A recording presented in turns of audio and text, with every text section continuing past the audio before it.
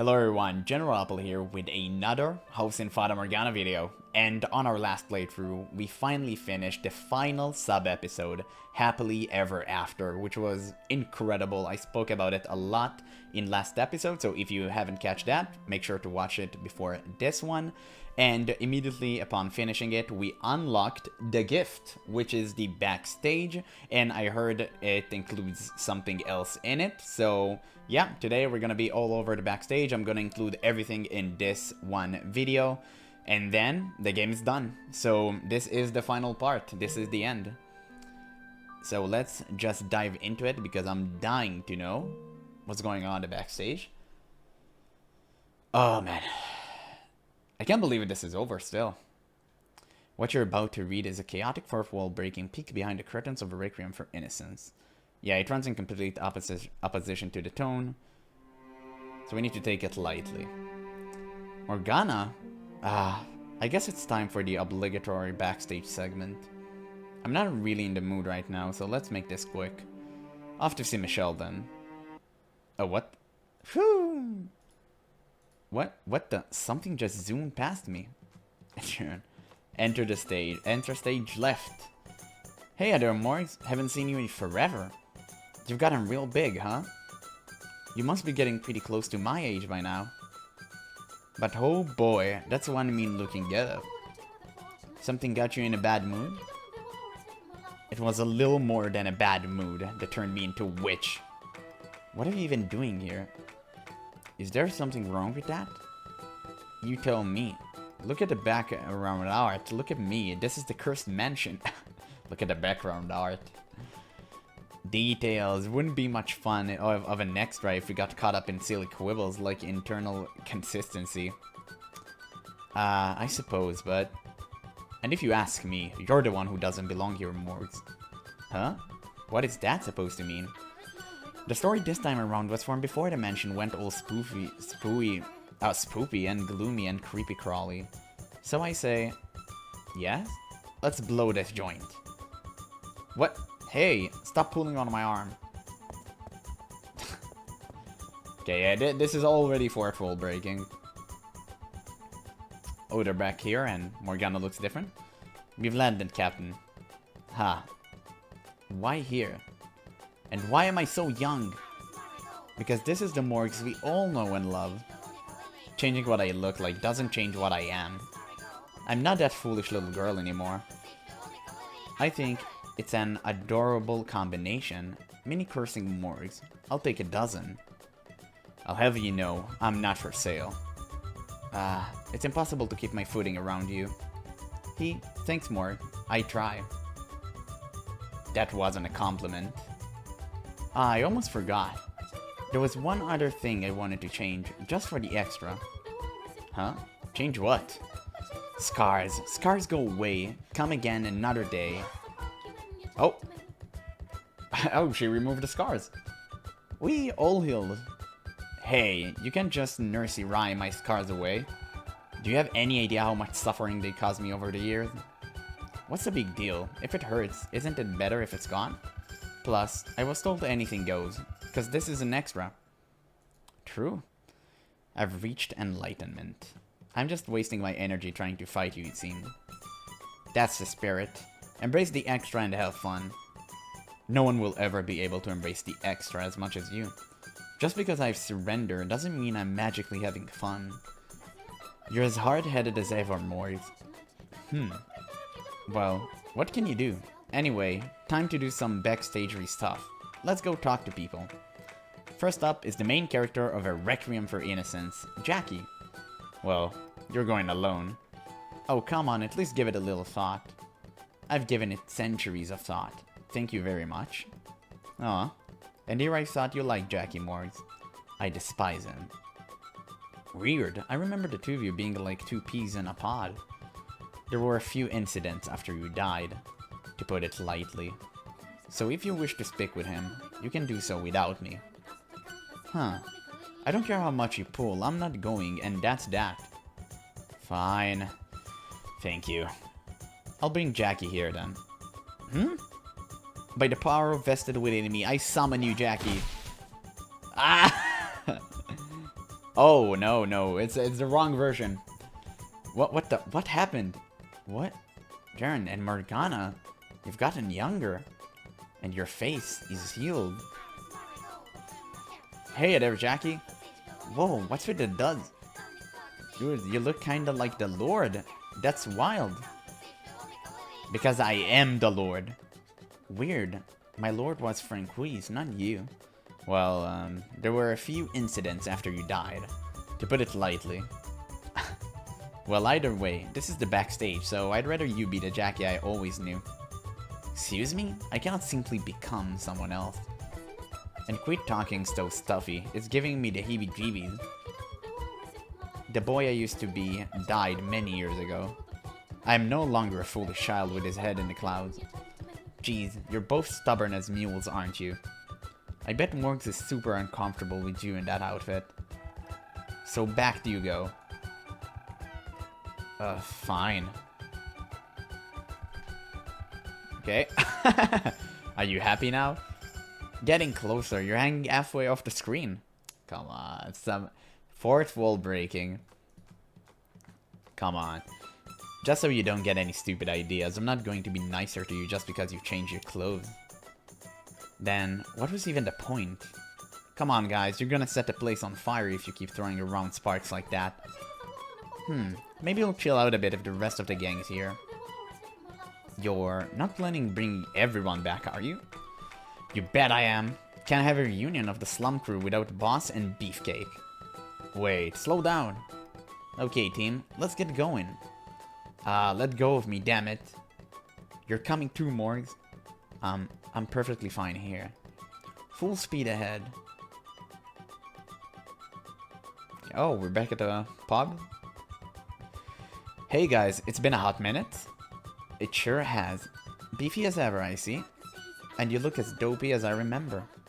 And hey to you too, boss. Still the hottest girl in town. Ah, thanks. You haven't changed a bit, I see. That said, what's he doing here? No way, you're not happy to see Jackie either? I thought you two were super duper close. You missed a few incidents after you died, girl. Apparently the whole world turned upside down the way everyone's talking about it. Water under the bridge, anyway, everyone. This is the behind the scenes extra, whatever the hell that means. So let's have fun with it, like good old times. I like the way you think, Beefcake. Hell yeah. May I say something? Go for it. You tried to assassinate me. If anything, you should be begging for forgiveness. Oh yeah, that did happen, huh? Yes, it happened, and because of it, I started seeing ghosts and my console got killed, and I just about lost my goddamn mind. What done is done. Water under the bridge. You can't just erase years of agony with a few words. Beefcake had some beef with Jackie and ended up a roast beef. Ha, you're a genius. Was that all my suffering was? The punchline to a bad joke? Anyway, that's how we're doing things. Whoosh right under the bridge for you too, boss. Let's have fun. Don't think I'm going to be any nicer to him just because this is an extra. Morgs were just saying the same thing. I only got a quick overview of what happened after I died, but I think you of all people could have given Jackie a little more benefit of the doubt. What? What he really needed was someone who'd believe in him through thick and thin. Near the end, rather than just listening to Mel, was it? You should have given your old friend Jackie a chance to explain. Did Jern just say something sensible? Wait, how do you even know about Mel? I intercept the signals from the great beyond. Right, I forgot. Anything goes here. If we're only talking the Requiem time frame, then yeah, maybe you could argue I didn't trust him as much as I could have. But we have a whole nother life under our belts you don't know anything about. I've got 2 eras worth of hatred for this bastard. Ah, you mean the third door? Oh, once again, how the hell do you know about that? The great beyond. Hey, you know what? The backstage is kind of fun. It's actually really funny. She's far beyond any of our comprehension, at least. The point is, in that life, his family killed my family. This was just his family, though. Jackie didn't have anything to do with that, did he? He made me into his damn maid. To take care of you, right? Jackie isn't a black-hearted villain. You don't have to tell me that. There's just too much I can brush under the rug. That's sad. It's not every day we get the whole gang back together, so I was hoping we could make it into a nice reunion. I was super excited for this backstage event. Sniffle. Oh, fine, fine. I'll act normal, but only until this is over. And you quit pouting over there like a little bitch. If I'm doing this, you're damn well doing it too. Right. Sorry. I said quit it with a pouty shit. You didn't have any problem acting more spirited in other similar extras, so why are you being such a downer in this time? Don't you think that's asking a bit much after how Requiem ended? I'm pretty sure I was breaking character in the other ones anyway. But now, I'm just normal, young Jacopo. It sure was one hell of a heavy story, huh? I didn't expect it to end with everyone dead. It was hardly a surprise for those of us who know how the main game ended. Oh, what? It was hardly a surprise for those of us who know how the main game ended. Man. Wow. Okay. Well, that's true. Everyone could have lived happily ever after if only that attack on the brothel didn't happen. So sad. No kidding, goddamn it. Goddamn. If it wasn't for that. Hold on a sec. You conveniently skipped over the important fact. That it was you who caused the attack in the first place. What? I didn't do anything. You goddamn no you did. You were the Lord Mole. Alright, that. But I didn't think that was what would happen. I assumed those herbs were just a regular gift. I was just as surprised out of my pants as anyone. She's never had anything inside that head of hers. Anyway, like I said, whoosh under the bridge. The point right now is to have fun, to have a fun little chat. The pile of crap you're trying to fit under this bridge is a bit too tall. But what do you want to talk about? This backstage thing for screwing around, yeah? So I say, let's have us a drinking contest. I'm not sure I follow your train of logic. You never stop bitching, do you, kid? Jackie is about 80% bitch after all. Personally, I'm perfectly fine with screwing around for a few hours, but I kinda like it if we could all do a quick rundown of what happened in the story together. It could be fun to, like, compare Requiem to the main game's final chapter and point out where they're different. That actually sounds kinda like fun. That would be a change of pace, I suppose. Putting the spin in spin-off. That doesn't actually work, you know. Alright, well, get to it. And then, be done with it so I can leave. You're no fun, Morris. I don't want to spend any more time here than necessary. Jackie, you make sure she doesn't go anywhere. And while you're at it, hold her tight and whisper sweet nothing. Do it and you're deader than dead. I feel like things would proceed much smoother without me. Hey now, don't be such a downer. We're brother in arms. I'll be real upset if you left. Gretchen. For a split second, I was almost touched. But I'll still never forgive you for what you did to me. Someone needs to give you whooshing lessons. It took us all 10 lines to get off track and back to screwing around. Can we get down to business here? Aye aye, Captain. So, yeah, we're gonna go and actually start the backstage. Oh, wow! Oh, that's funny. That's hilarious. You can actually see the 2 game portraits. That's incredible. Damn, the first one was so good. The second one is incredible. I do like all the butterflies and stuff. And I think Jacopo is looking so damn cool in this one, and so is Morgana. But I don't know, the first one has something to it. I mean, I really like Michelle in the background with the hand and all of this. And the maid, you know, Giselle, white-haired girl. The first one is so good. So good as well. On the right, we have the key visual for the main game. And on the left is Requiem.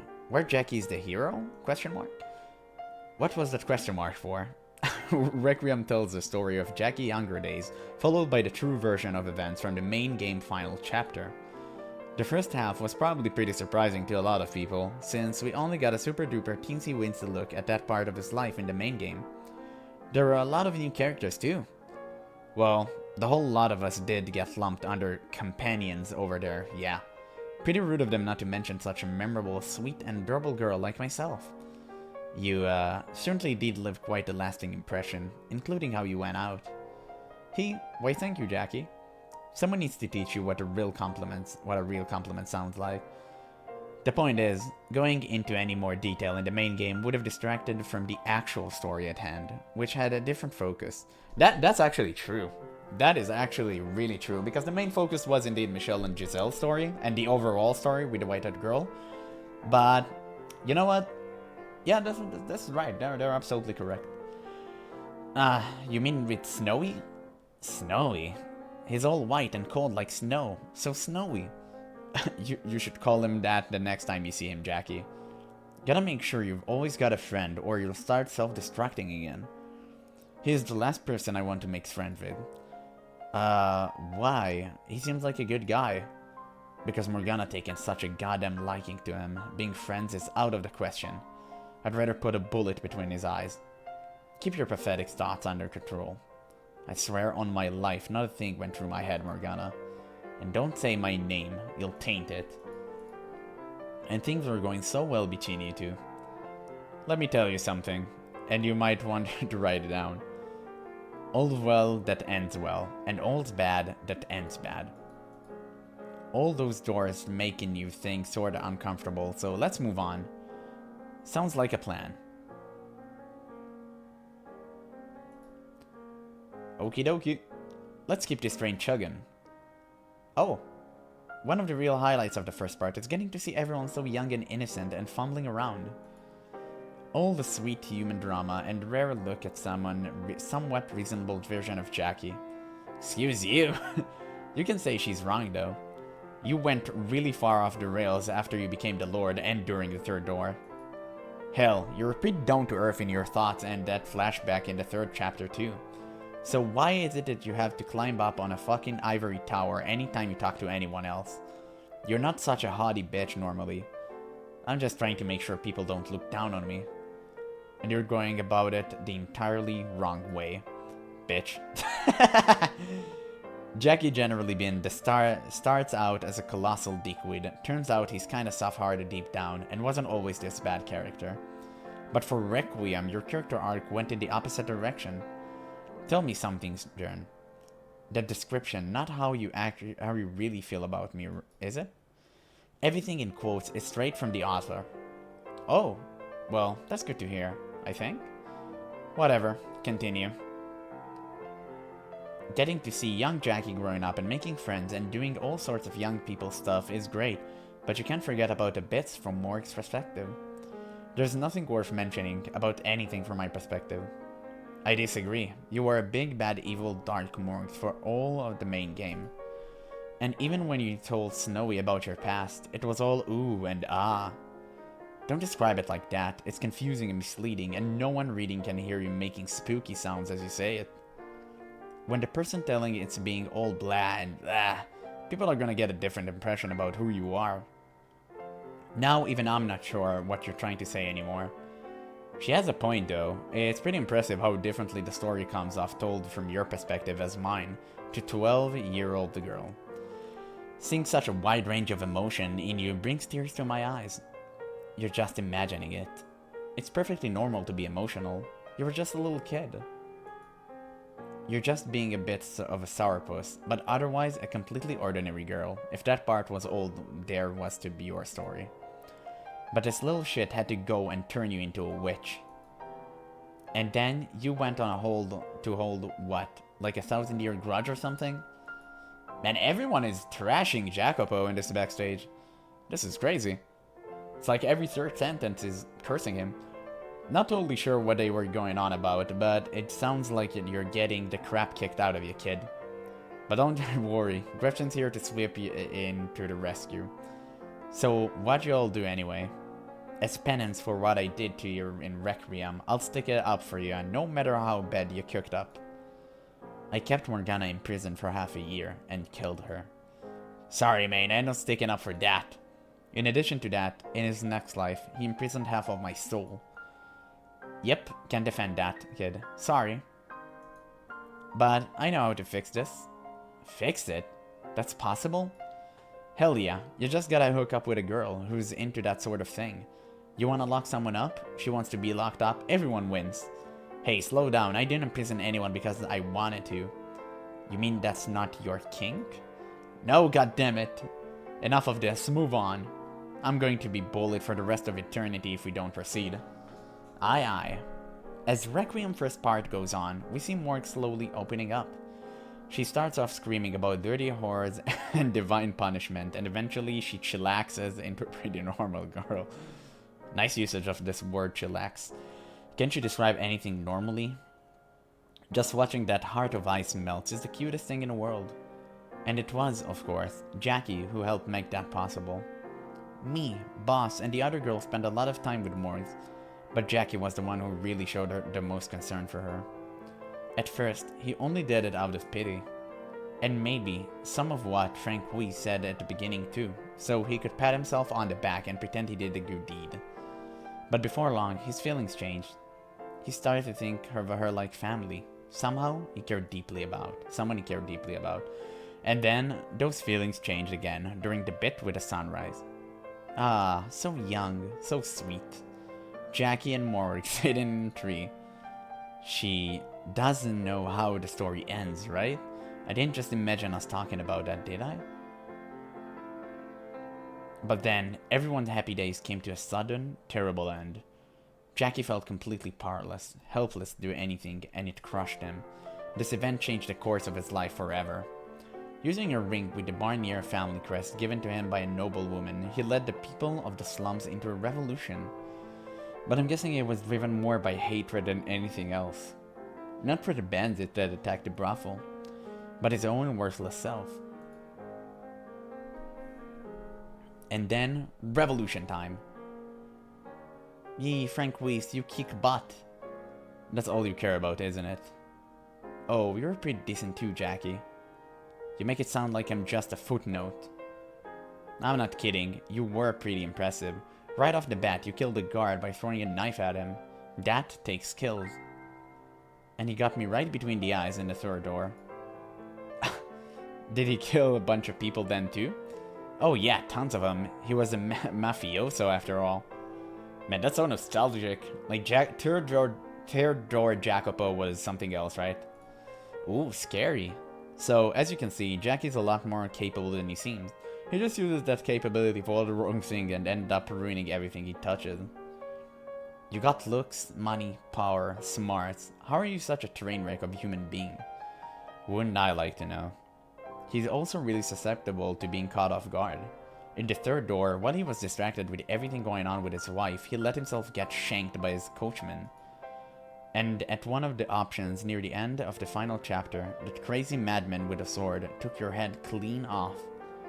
You probably could have prevented that if you hadn't let Snowy get under your skin so easily.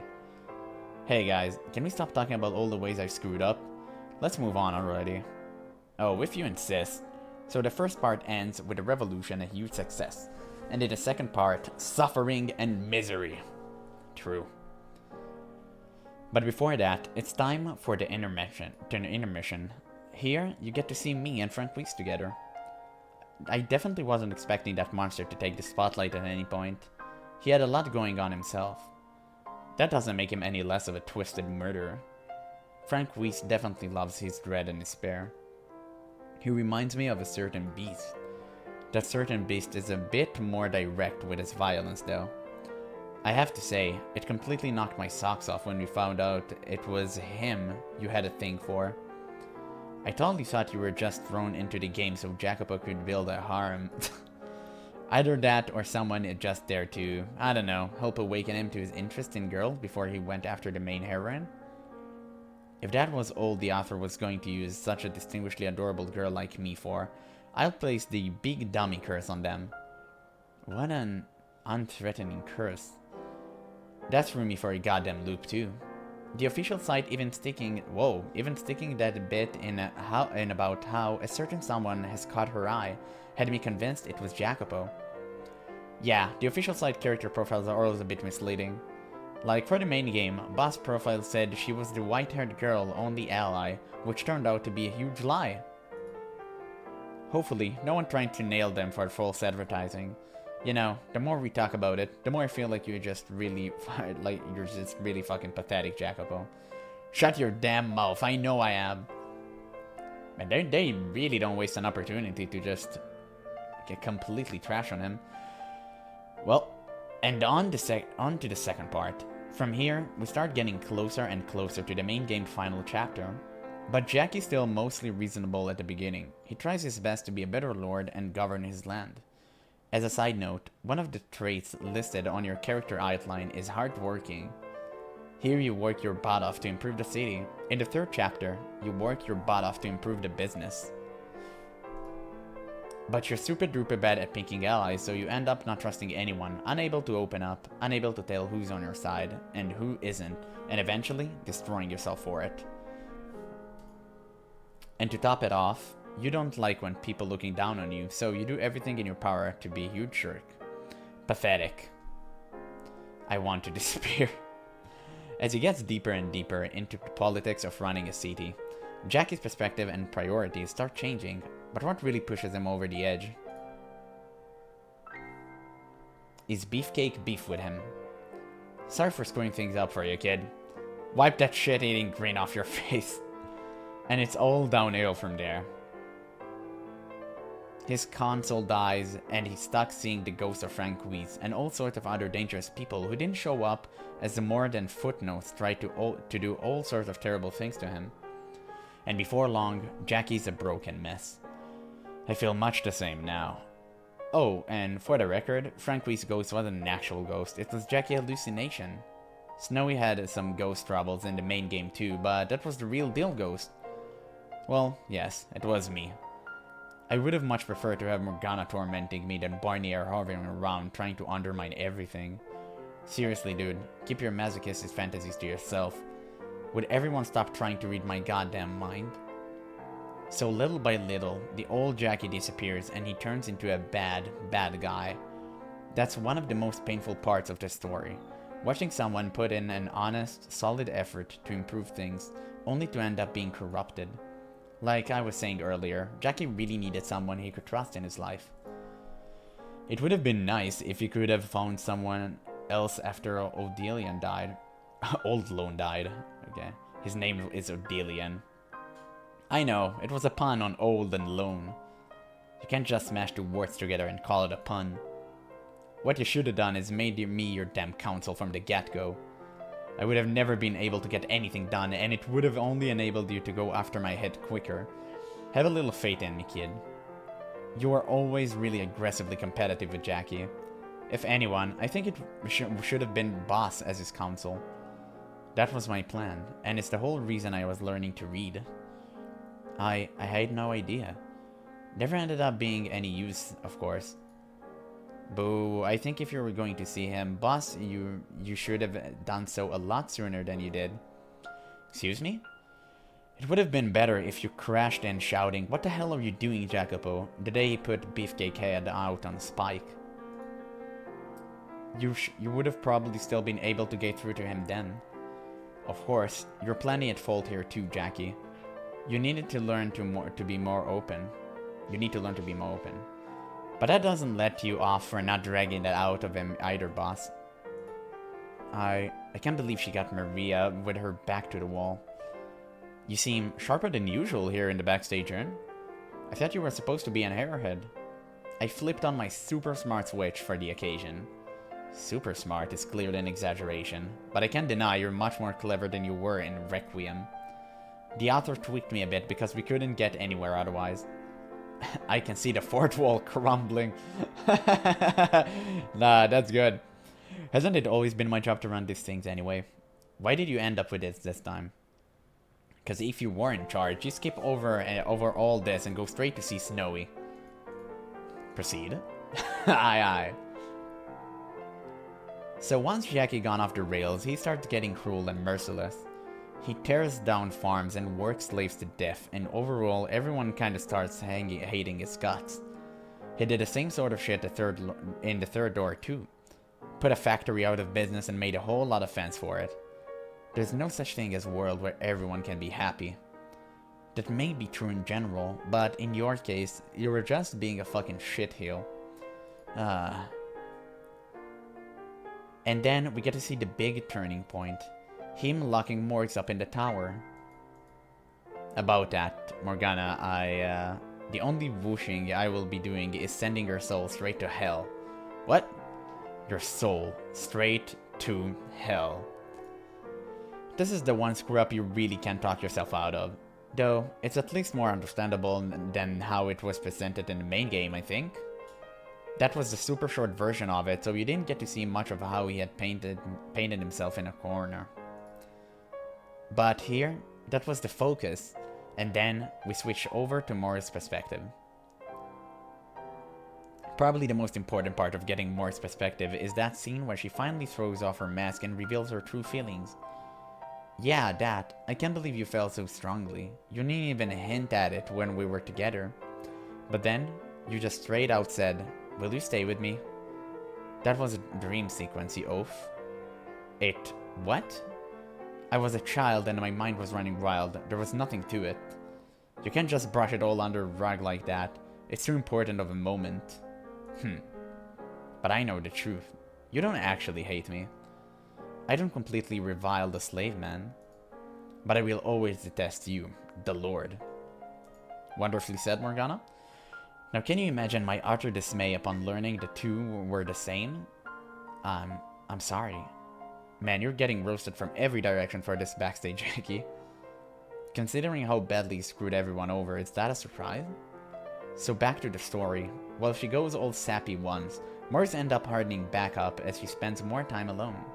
This wasn't mentioned explicitly in the game, but apparently one of the old lone men actually stopped by her little lakeside cottage once.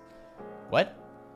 But since Morgs didn't open the door to anyone who wasn't there for her leafy greens, she ended up chasing him off. I believe the exact phrasing was, and I quote, "I sent away anyone who wasn't here for medicine. That's what the line was there for." Really? Exactly how many opportunities were missed? Things might have gone differently if she opened the door. Morgs makes her way to the Lord's Manor, where Jackie's waiting. They have a heartwarming reunion, and then she becomes his counsel and transforms the city into a theonomy. It became a new holy land, for which a new wave of crusades began. Exciting stuff! You realize the crusades began almost a century after we all died, right? Anyway, I wouldn't have made her into my console if I had found her. If anything, my bride, I will murder you with my own two hands. For the love of God, stop reading my mind. While she's all holed up, a flaxen-haired young man pays Morgs a visit. The boy formerly known as Mel. What he's known as now? The boy formerly known as Mel manages to get through Morgs' shell briefly, the reason for which is a lot clearer in Requiem. But of everyone and everything from her old life, it was the slave man she could ultimately never forget. I did forget his name and what he looked like, though. Maybe things could have turned out differently if you hadn't. Remembering you wouldn't have made you any less of a monster, thank you very much. And it was more like you locked that information away than actually forgot it. I'm betting you would have remembered just fine if you're reunited in better circumstances. But what a crazy, bonkers reunion that turned out to be. Everyone who played the main game already knew about that though. The scene where Morgs confuses Jackie from Franquise is clearer here too, I think. Snowy did mention how Morgs wasn't quite in the right mind, but it packs a lot more punch actually seeing it from her perspective. Yucky cutting her arm definitely messed her up really bad. That's the least fitting name yet. Would you please stop coming up with increasingly convoluted nickname for people? Just call that infernal creature Bestia like everyone else and be done with it. Well, I call him Yukimasa, to be fair. Alright, Beastie it is. That's even worse. So the two of them are finally reunited, and it's very tragic. Jackie's torn. He wants to set her free, but he can't. And the reason for that is, again, much clearer in Requiem. Clear, but still far from convincing. This is also about the point where he figures out that Franquise ghost is actually a delusion, all in his mind. I refuse to believe he wasn't real, though. Getting a little off topic here, but... In the third door, we see Jackie has real beef with anything supernatural or not provable by science, and this is all where it came from. Not just the ghost, but the miracle blood was a huge part of that too. It left a mark on his soul that never went away. Huh, here I thought he was just a wimp who can't handle ghost stories. That's true too. I'm not surprised. So Jackie ends up lying to himself about what he really wants and keeps the Morgs locked up in the tower. So that really isn't your kink? That's the first thing you say after not talking for God knows how long? It didn't seem appropriate for me to butt in this part. How many times did you tell her, I'm gonna show you the world, and then all you showed her was a big old brick wall? You don't have to remind me, I feel bad enough about it already. The Jackappa I knew wasn't the kind of man to do that to a girl. It's kinda depressing to see that even an upstanding guy like you can fall so far. Yep. Well, love was one of the big themes of the main game. Friendship and companionship was... Oh, accidentally click. Friendship as companionship was more the focus in Requiem and all the different ways it can break apart. It's enough to make me cry. That is true. Requiem was all about the friendship. I thought you were incapable of feeling sadness. I understand loneliness. I can cry about that. If you say so. Going a bit out of order, but speaking of friendship, Maria had that real killer bit when she was talking about how everyone was gone and they weren't gonna come back and all that. Yeah, that stung like hell. My friends mean more than anything else in the world to me. Whew, it got super heavy in here real fast, huh? Moving right along. Next up, boss tries to confront Jackie. Here's where things start diverging from what was in the main game. What you see in Requiem, what actually happened, and the main game is more like a simulation with Snowy thrown in, so things go off course real quickly. On Snowy's very first day, he manages to convince the boy formerly known as Mel to work with him. Why do you keep calling him that? Yeah, he is not formerly known as Mel, he is literally still Mel. I feel like it. Now, because the boy formerly known as Mel switches team, that night he and Nelly are on the mansion grounds. Boss comes to look around, sees two strange shadows, and decides to push it to the next day. And then she comes back, she bumps into Snowy. So, in the main game, she never ends up meeting with Jackie. But in reality, Snowy wasn't there, so the boy formerly known as Mel isn't wandering around to get in the boss' way, so she's able to recon without any trouble. And the next day, she brings the necklace and a knife, then breaks in.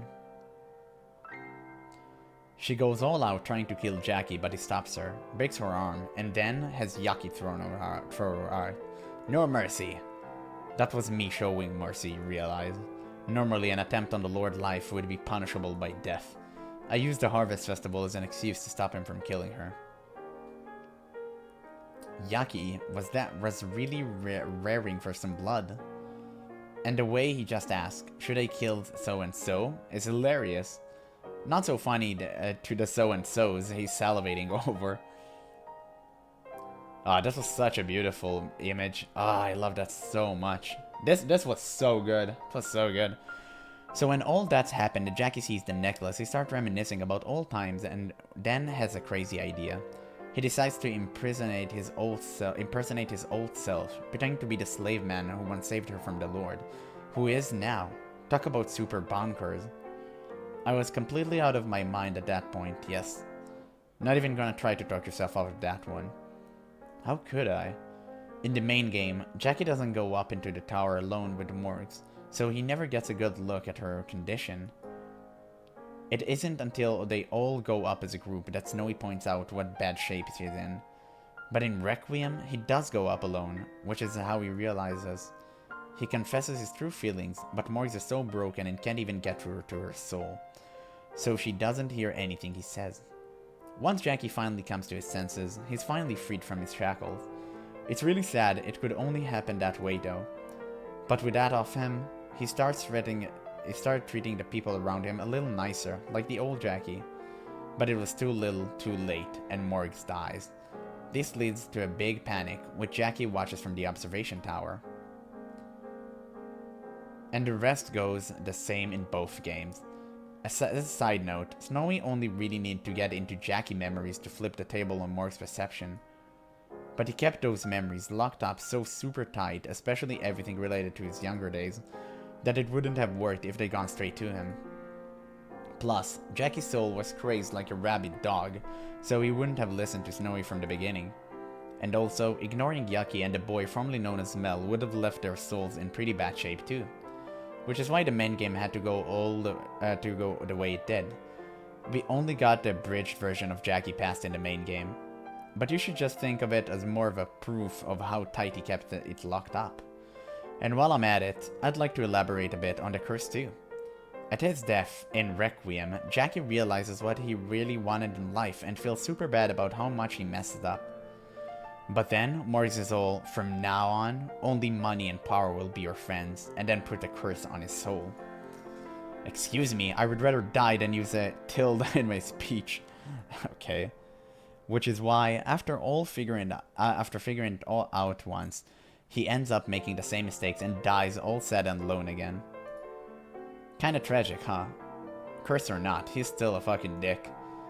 It wasn't Morgana curse that drove him to constantly insult and belittle his wife. But you did push me in that direction, as I recall. That's true. The third door started in a similar place to Jackie fall into darkness as a lord.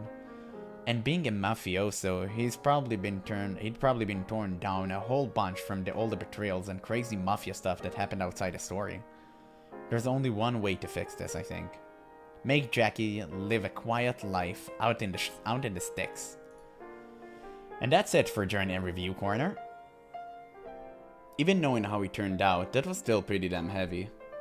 Jackie ends up destroying the things he cared most about with his own hands. It's pretty damn grim, yeah. Now that I think about it, you did kill damn near everyone who had a sprite, didn't you? Huh. And if you count breaking Maria's arm as resulting in her death, that makes pretty much the whole gang. That's impressive, kid. You went on a freaking massacre. Please, that's enough. If you include minor characters and no-names, Frank Weiss and Yucky would be neck to neck with him for the gold medal. But Jackie definitely had the most story-relevant kills. Jackie the Ripper. For the love of all that is holy, don't call me that. He went to go hide in the corner. I think the 1-2 punch of being compared to a serial killer and seeing that smile would bring down just and about anybody. I thought this was pretty funny. Of course you did. You don't comprehend the negative emotions. Now, everyone may have died in Requiem and most of them because of Jackie. But this is the backstage extra. Whoosh, everything under the bridge. And what are you planning to do now that you tossed the entire game into the water? How about we go over the characters next? Characters? Yep, for example... Oh, whoa! We got to see more... That's insane. She had a full model? Okay, that I did not expect. This is what I look like. And I'm sure everyone's picked up on this already. But according to my outline, I was missing all my screws right off the bat. And that's why you were always so cheerful, not because you're optimistic, but because you're mad. Some part of my brain just never turned on, I guess. So, not only you are airheaded, even that air is worthless. Also, I have a dull sense of pain. You'd kinda have to make it through a childhood like that. It didn't come off as bad as it really was, cause it was colored by you being eternally happy-go-lucky. But thinking back on it, that was some real dark shit, especially that whole bit when you were 5. Yeah, that was really grim. It seemed pretty normal to me. The world is bad enough without everyone having to go through that. Okay, next up, Beefcake. That's weird. I mean, we saw most of them, but we didn't really never saw the full model, right? Never see it. And here's my full bod. What do you think? Looked pretty tough, don't I? Beefcake profile describes him as a wild animal with an unbeatable competitive streak. He's an act for a think never kind of guy and the second biggest doofus in the cast, only after me. Hey now, that's just mean. I mean, I hate planning everything out, yeah, but still. He's like a giant, huggable gorilla slash big brother figure who tries to fix everything by punching it. which is the one reason him trying to poison Jackie stood out so much. He was so upset it caused him to resort to real underhanded methods. Hey, you can't tell me I'm wrong. I'm way stronger than he ever was.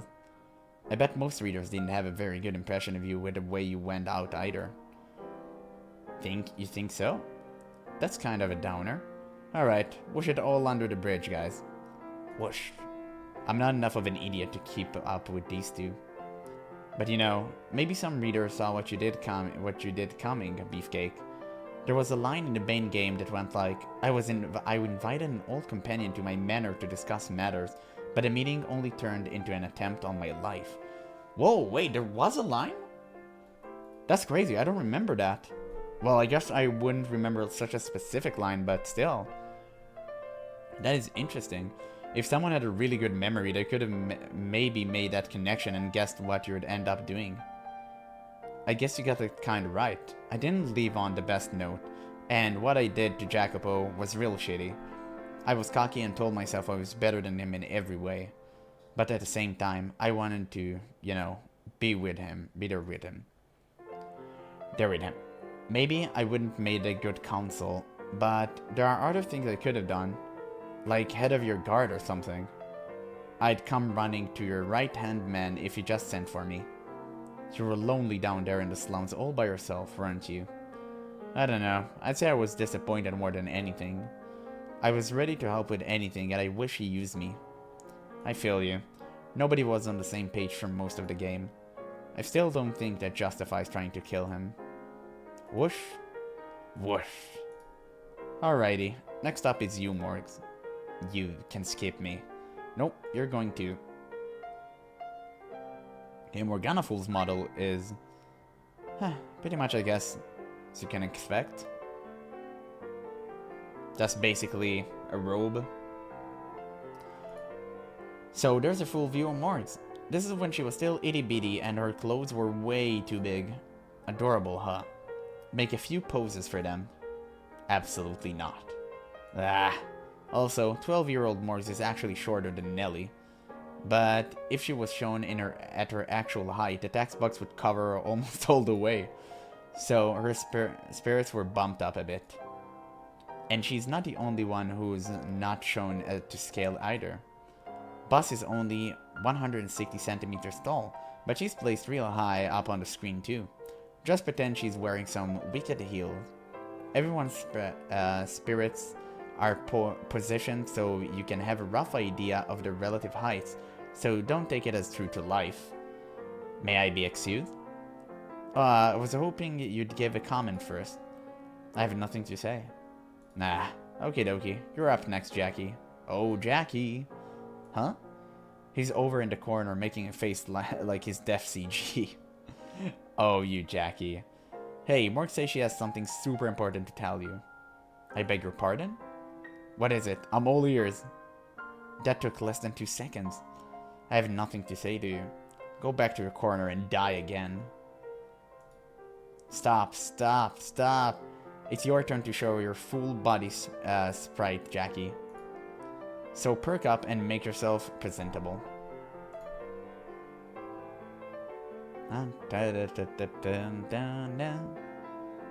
Yeah, I mean, again, as you can expect, I mean, it's kind of amazing how the brain just fills in the details, right? I could have totally imagined him being this way without even seeing it. I said perk up, not whatever the heck that is. May I be excused? Oh, not you too.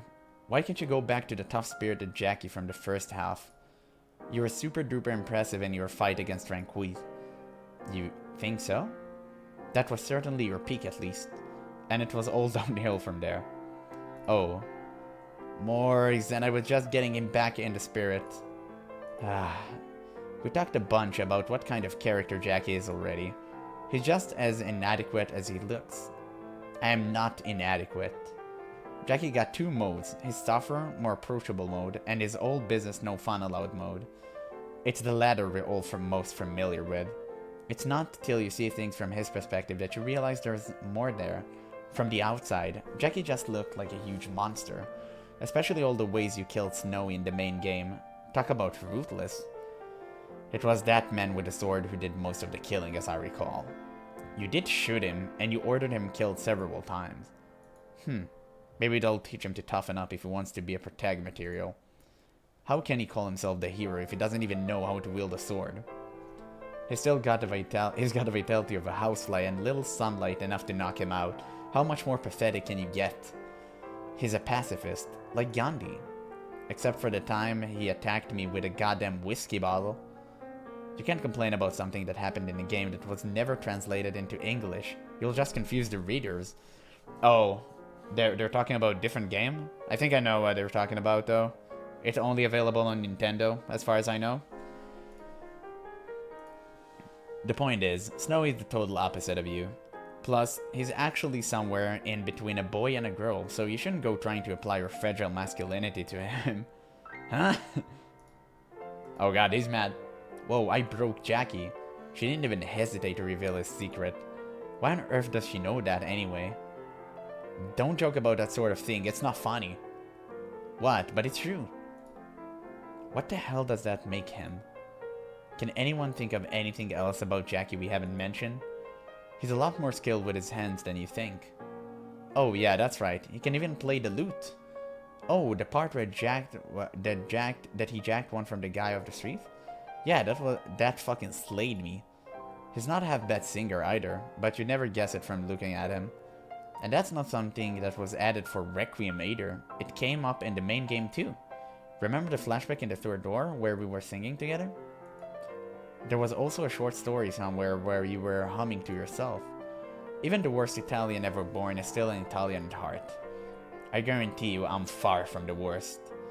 But music stuff is something you stop doing once you go no fun allowed mode. It gets tossed along with everything else about your younger self. It's too bad you couldn't kept even one sympathetic trait. If you look closely at the background graphic for the Lord's bedroom, there's a lute in it though. Maybe he did keep playing. By himself? How lonely. That's pretty sad. Fittingly pathetic. I should have said nothing. I'll take every last one of you out back. And that about covers Jackie. You're up next, boss. Then, huh? How come I didn't show my legs like everyone else? You don't have a full body sprite, boss. What? Why the hell do I keep getting the short end of the stick? Sorry, boss. The staff were kind of fumbling around in the dark as they made the game, and it wasn't until Requiem that sprites were given legs. But because of that, it offered a lot more possibilities for animation and stuff. So hopefully, you'll give them a break. They're still learning. Oh, alright, fine. Everyone just imagine Boss' beautiful legs. Make him sexy as hell. So in the third door, you came off as super scary with the way you betrayed Jackie. But in the final one, you are more of a tough, reliable big sister.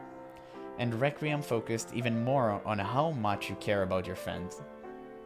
That's always been who I am, my friends. My family means more than anything to me. Revenge is for the Berzantes did by my family was what pushed me to go so far in the third door. But god, that damned attack on the brothel in Requiem really did ruin everything. If that hadn't happened, Morgana wouldn't have been taken, Jacopo wouldn't have gotten that dumb idea into his head, and we all could have just stayed together. Yep, it really all comes back to that. Kern, I'm possessed with the desire to grab you by both cheeks, pull on them as hard as I can, and give you an earful about how you don't have any goddamn right to talk about that event with any word except I'm sorry. Whew, aggressive much, Jackie? One of these days, whew, zoom. Although, the main game did end with me and Jacopo not on best of terms. So, it's nice that people got to see us enjoying ourselves in Requiem. I suppose so. Okie doke. So that's covered the main 5 of us from the slums.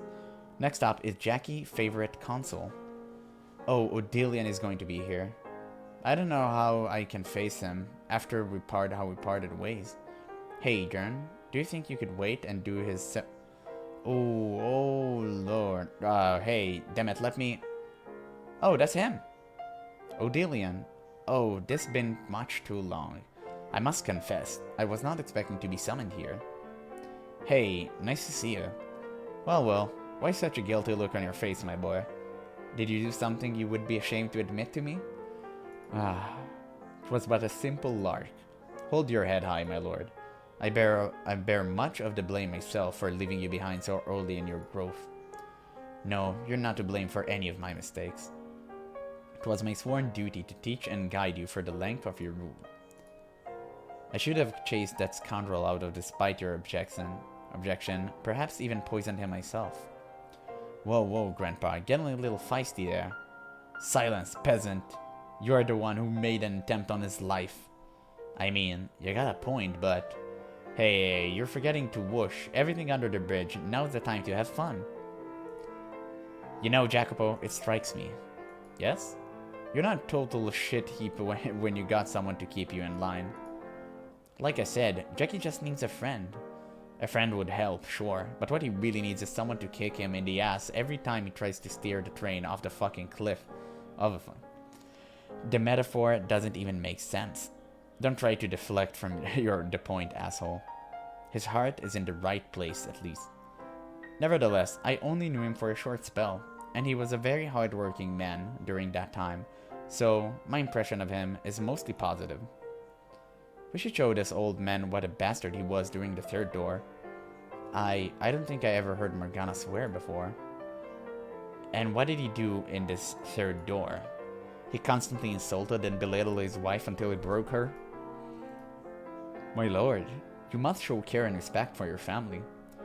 Yeah, you're absolutely 110% correct. I regret everything I did. And I spent decades living with that regret. The reason you turned out that way must be because you had no one in this third door to guide you down the correct path.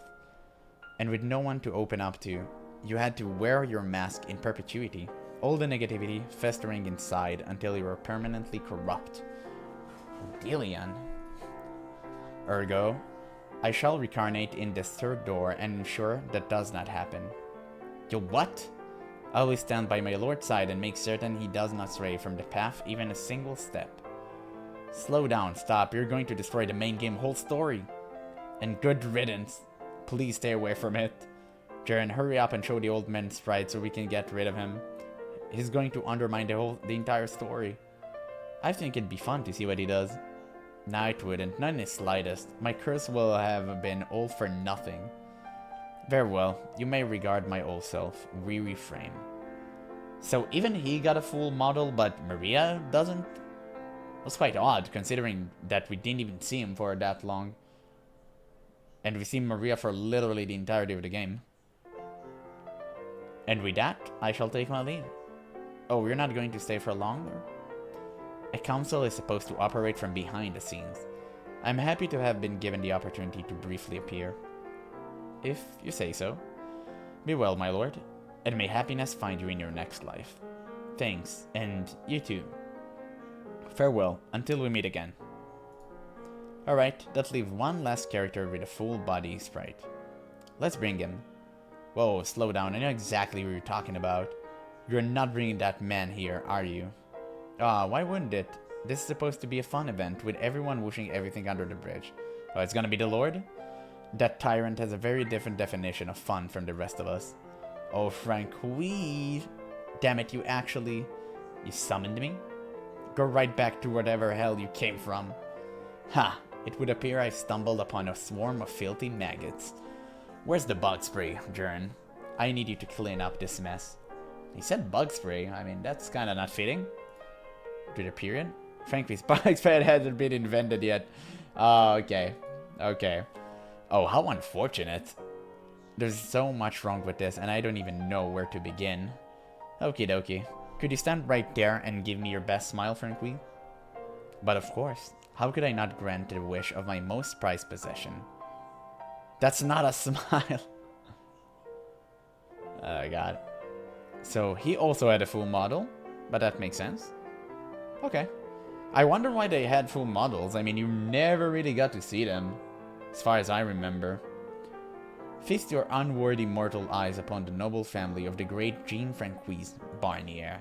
My blood is genuine, unlike a certain imposter. You're giving me goosebumps. Huh. I wonder if the real reason Odilion ran off is because he didn't want to run into Barnier. That had to be it. I can't think of any other reason. Frankfist was the villain for the first half, but by the end, I think he seemed like a pretty decent guy. What everyone else think? I cannot disagree with you more. The mere sight of that man's face makes me want to vomit. Not to mention, he was the one I want to curse most. Sure, he did a bunch of really bad things, but he did say a couple super good things. Plus, he fought all real valiant and brave at the end. He's an inspiration. Ha, a lord could hardly carry out his duties if he cowered in fear at the sight of a couple peasants. Just cause what he's saying sounds reasonable don't mean you can forget. He's a crazed mass murderer. You would call a man entertaining himself with his private property mortally objectionable? Understatement of the century. If this wasn't a damn extra, I'd lop your head off right here. Oh my god. Yeah, like so? Ah! Yeah, that even scared me for a second. Ah, child's play. Don't just pull up that damn graphic without any warning. You're going to give me a heart attack. My soul left my body for a moment. You can act like you went out in a blaze of glory, but don't forget you were begging for your life at the end. That hardly counts as begging. In what universe does "oh no, please don't kill me" not count as begging for your life? One must be crying and clawing their attacker, wailing for mercy through a fit of pathetic sobs in order to properly count as begging for their lives. I did none of that. Yet that was precisely the wording used in the main game. I would like to have a word with the author. The main game was just a short version, so cut him some slack. Your character wasn't fully established at that point. Do not coddle them. In reality, my character was no more than a vague concept when it was written. Christ, he's attacking the author now. You did kinda come off like a third-rate villain in the main game, yeah? Just seeing that, I didn't expect you to develop the way you were in Requiem. Frank Weiss needed a real firm driving force behind him, even as the big baddie, or he'd fall flat in his final confrontation against Jackie. Plus, he also had the super important responsibility of getting into Jackie's head after he died. After he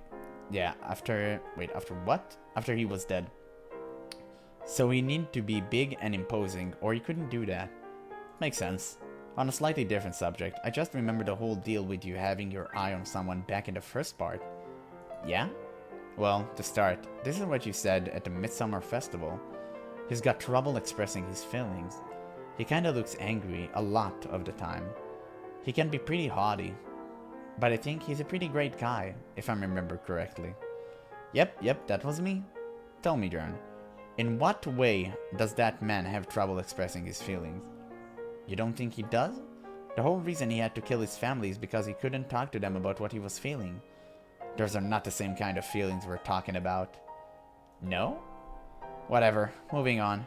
D, he kinda looks angry a lot of the timeline. Kinda doesn't even begin to describe it. It's the perfect fit in my mind. I refuse to believe it. Moving on, the other two I can sort of buy at least. He can be pretty haughty and I think he's a pretty great guy. So, you two were a thing? You betcha. We most certainly were not. What? Oh, frankly, you don't need to be shy just because there are other people around. You seem to be confused, Jern. I did say that you were the second most important thing in the world to me after myself, but I never said I meant so romantically. What does that make me then? My pet. Your pet? Surely, even you will feel something about that. I'm more than happy to be your pet. I get food, a bed, and lots of attention. It's perfect. Ha! You never let me down, Jern. Very well then. Run in a circle and bark for me. Oh god. This is actual cringe. I can't deal with this. In any other backstage event, it would be the embodiment of fragile masculinity over there making all the ruckus. But it would seem the two of them have somehow managed to outclass him. Jern, this covers all the characters, right? We're all done here now? Because I'd like to be on my way. Ah, do you really not want to spend any more time with little old me, Morgs? It has nothing to do with spending time with you specifically. But there are two men here I would like out of my presence as soon as humanly possible. Morgana, please tell me I'm wrong here, and you're not putting me in the same category as him. It genuinely hurts being lumped in with that monster. I feel like I've been kicked in the gut. So, if you don't mind, I'll be taking my leave now. And going where? To see Michelle, obviously. Every single time. Why is it always Michelle, Michelle, Michelle with you? Because he's the one who ultimately led me to salvation. You know, that doesn't nullify everything we had between us. No, you did a perfectly good job of that all by yourself. Now, so long, everyone. Wait. Jackie, this is time for you to go after her. You locked her up both morgues and half of her soul. A little stalking should be a piece of cake for you. That just make it sound like I'm some sort of deviant. Damn it, I was going to go after her anyway. I won't just sit here with my thumb up my ass while she goes to see him. Break a leg. And not hers. I'ma tag along too. This sounds like fun. Huh. What? You're leaving me alone with the two of them? Oh. That's kind of bad. Oh, we're back at this era. So Michelle, what book should we read together next? The classic we read last time almost put me to sleep. A harsh reminder of how much my mind had acclimated to the times. Then, how about something lighter and more modern? Say perhaps Harry Potter. Oh. What in heaven's name was that? Is something trying to break in? I'll call the police. You stay here. I'll go look. Was there no nicer way to get here? And what in my father's name are you doing here? I couldn't let you go see him alone. Get your hands off me, you wretch. Wretch? Morris, you're squishing me. Could you get off? Oh, for heaven's sake. I know that voice. So, do I. What a nightmare. Nice to see you again. Oh, what? Why are you staring? Oh, you don't understand how we just popped in out of nowhere? Well, you know, this is another of those backstage extras, so a little bit of space-time distortion is... Oh my gosh, she's the most adorable thing I've ever seen. What? Look at how small she is. I just want to squeeze her to bits. I would really rather you didn't. You agree with me, don't you, Michelle? Isn't Tiny Morgana the most precious thing in the world? She's a lovely girl, yes. Oh, is that so? I beg your pardon? Wonderful, the noisy one's here too. The Michelle I know would never say that. You're supposed to be an emotionally and socially stunted shut-in. A lot can change in a millennium. I seem to recall speaking in my mind during the final chapter anyway. 1,000 years isn't long enough to dethrone King Neat. Sorry to burst your bubble, but I am currently both employed and in a relationship that lets me go on dates outside. I nearly fell asleep just listening to you describe that. That aside, you're looking quite young, Jacopo. Well, it's a long story. Peep peep. And who's this young lady? I'm Jern, the heroine of a Requiem for Innocence. Excuse me, that's my title, thank you very much. Since you've accepted your position as a story heroine, does that also mean you're accepted? Yeah, you have faded connection to me, the hero? Never mind, Jern. You can keep the role. At least consider it. I'll bring everyone something to drink. Well, thank you for catching us up. It's been a while since we've done one of these. How exciting! And it's also kind of nice being in a different role this time. Going around and talking to everyone is a lot of work, yeah. I would have much preferred you to him. Oh, what are you doing standing over there? We're split up into the light side and dark side groups. The two of us have been through so much already. I'd like for the rest of our lives to be nice and relaxed. Even outside of canon. Our story this time was happy from the start to finish. It was a very lovely date, yes. 3 seconds till Jackie gasket blows. 3, 2, 1. Don't give a countdown, you lout. It doesn't even make any sense. You can't end the main story like that. And then follow it up with a bunch of empty fluffs. Who gives a damn about you eating popcorn? Do you prefer your sweet or salty, Jacopo? Salty.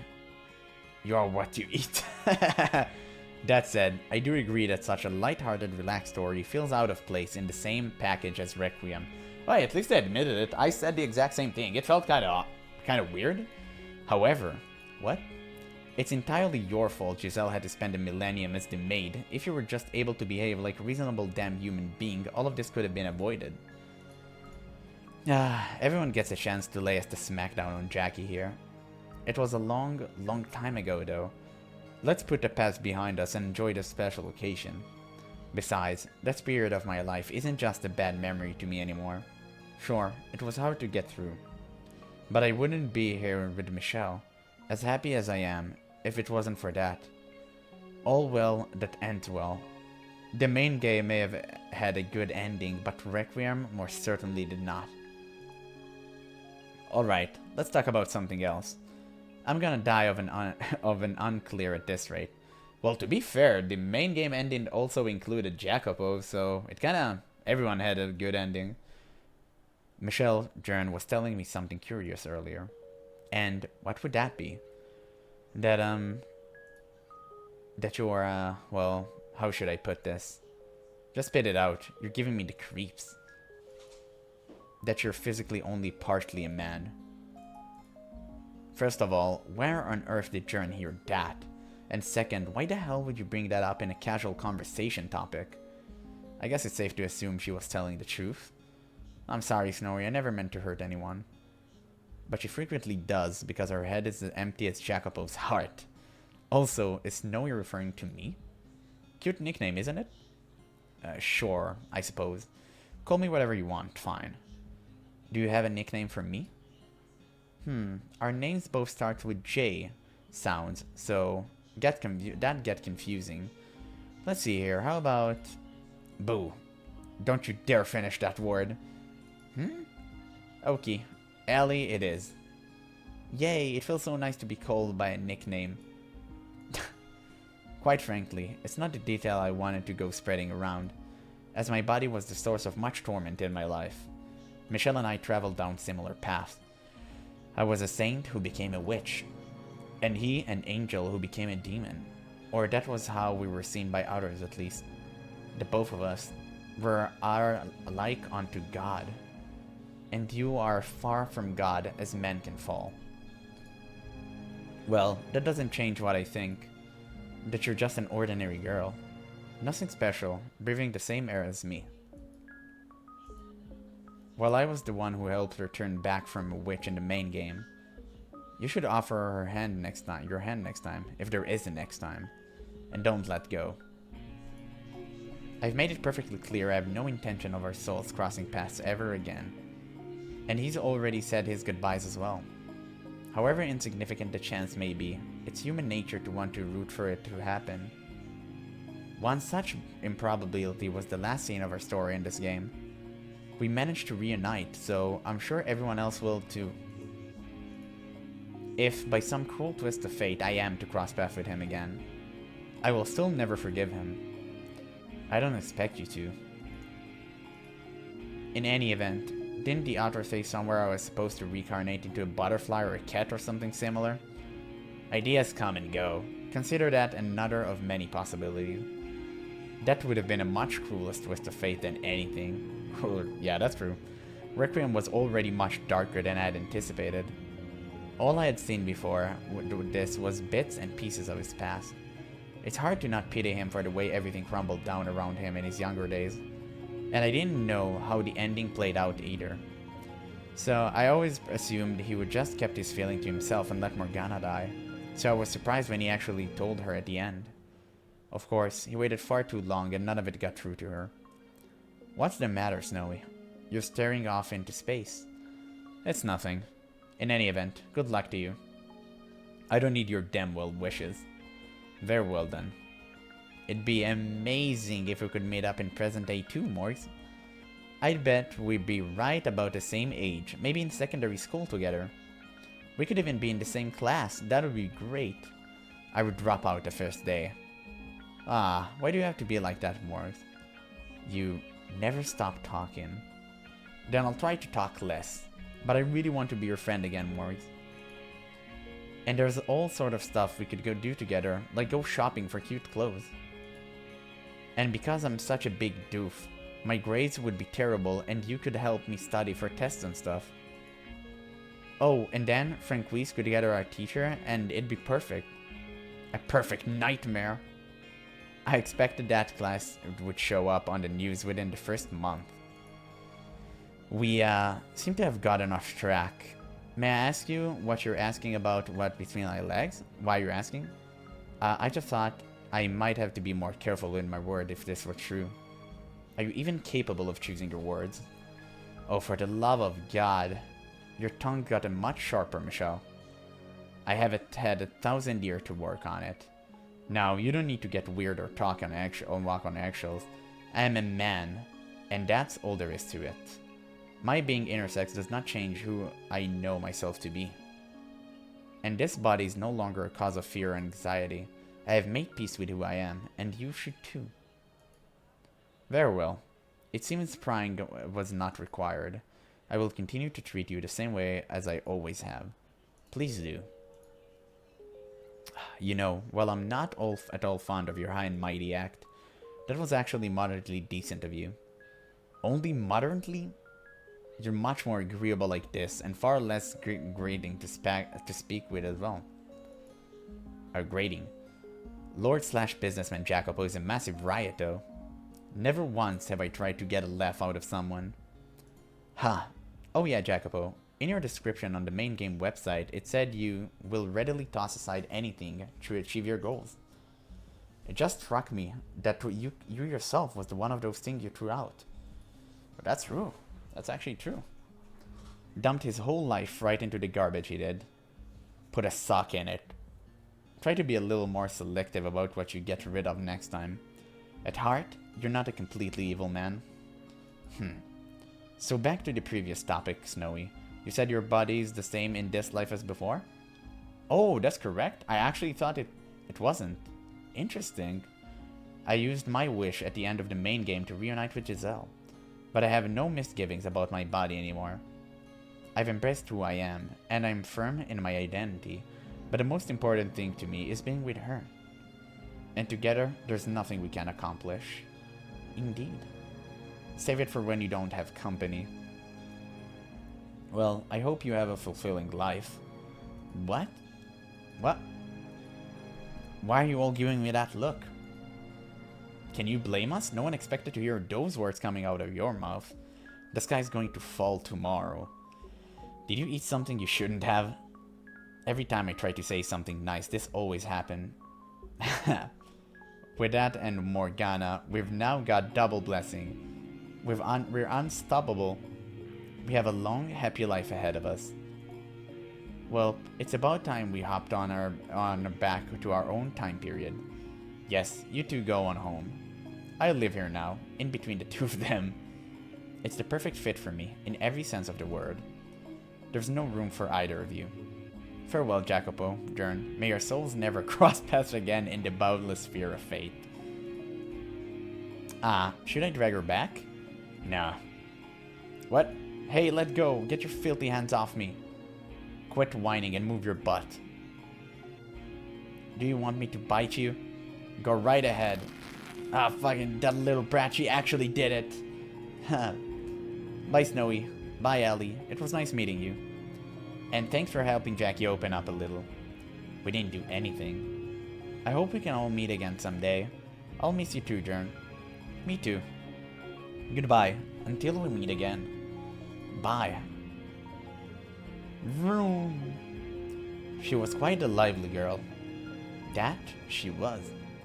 But I had fun, and there were some nice surprises.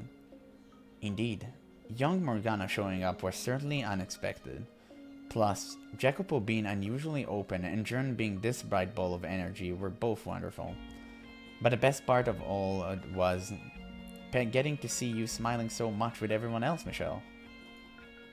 Oh, you don't need to worry so much about me anymore, Giselle. Huh. I mean, it's not canon, right? I mean, obviously, this is like 412 stuff. But still, it's kind of nice to see. Whoa, where does space-time distortion take us this time? Get your hands off me already, or I'm going to curse your soul for all eternity. I thought you said you would have nothing to do with me anymore, including nerd curses. Why are you suddenly back on your high horse? More like I'm back on my game. Please, just let this be over. Just because we're currently outside of canon doesn't mean I'm going to ignore anything you did in canon. Okay, that answered the question. All the pain and misery you caused me is still real. No amount of joking will ever make it go away. You're an irredeemable monster. I know. I just hope that one day I can help make it so the good memories far outnumber the bad. I know you said we won't ever cross paths again, but I still want to atone for what I did to you. To you, and the other half of your soul. That's all I want. Your efforts will all be in vain. Maybe, but I'll deal with that when I come to it. Hey, Smell! I hate to interrupt this really serious conversation, but how long are we going to have to wait here off to the side? Hey, look, it's the boy formerly known as Mel. What? Then who am I now? And who the heck are you? I'm Frank Wee's pet. Hey, don't use that name, you buffoon. He'll think you're talking about me. What? You mean the man standing right here? Jean Francois Barnier? Though he's a bit younger than I remember. I know you were a creep, but now you're making people into pets? You've hit rock bottom. You want another taste of my fist, huh, punk? For the record, I'm not the man she called Francois. I won't get into details, but I just had to assume his name. Sure, whatever you say. Wait, hold on a second. Maybe I'm just imagining it, but you, Barnier or whatever your name is, don't seem like the much of a stuck-up jerk as I remember. The boy formerly known as Mel is starting to freak out. Stop that, I'm not formerly known as anything. It's the Saintess. Hey, Nelly. Oh my gosh, I can't believe this. She's so tiny, a mini Saintess. She's adorable. Would you please stop shouting in my ear? You're going to make me go deaf. Come have tea over here with me, Saintess. I've got rose petals to put in the teacups to make it even yummier. And there's also cake loaded with sugar. Oh, that sounds great. I want some cake too. I don't know who you are, but I'm such a nice girl. I'll let you have some too.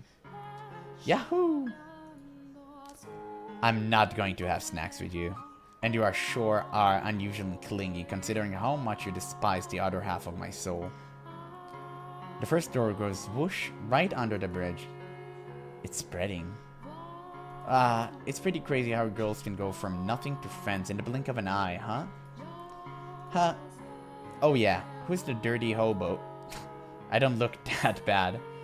Every boy other than my first and second brother is gross by default, so you'll have to try a lot harder than that.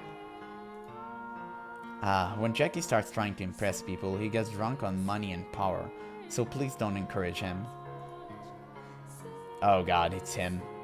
It's got quite lively in here while we were away. Hey guys, it's been forever. Haven't seen you in... Well, I haven't seen the two of you before at all. I swear, every last one of you has the same reaction.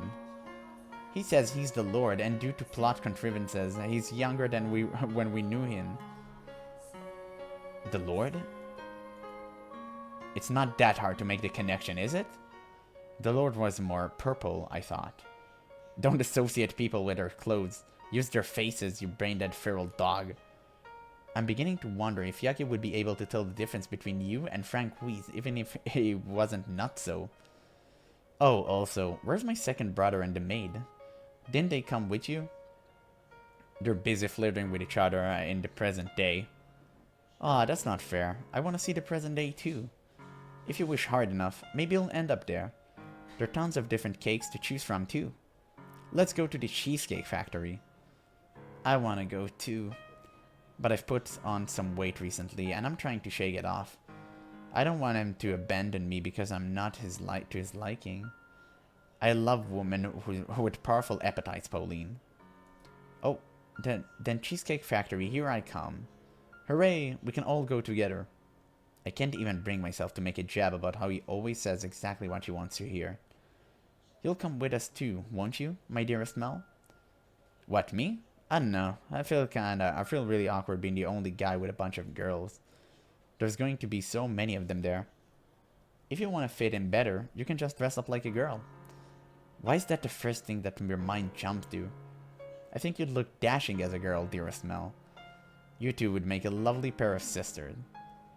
Then we'll have to go dress shopping for Mel first. Could you please not? If you want to come, Jackie, we can dress you up all nice and pretty too. Like hell. And don't try to get a reaction out of me either, because it won't work. I didn't know you were into that, Lord. You seem to really want to relive my fist obliterating your gut, boy. I would kind of like to see that, though. Not the Lord, but Yukimasa. Pauline, if that is what you truly desire of me, you are allowed to say no, you realize. If we're only here to faff about like fools, then I will be taking my leave. You're just looking for any excuse to bail, aren't you? You seem really prickly and not very good mood, Saintons. More so than usual, I mean. That shouldn't be any surprise when the most upsetting man in the world is still in my line of sight.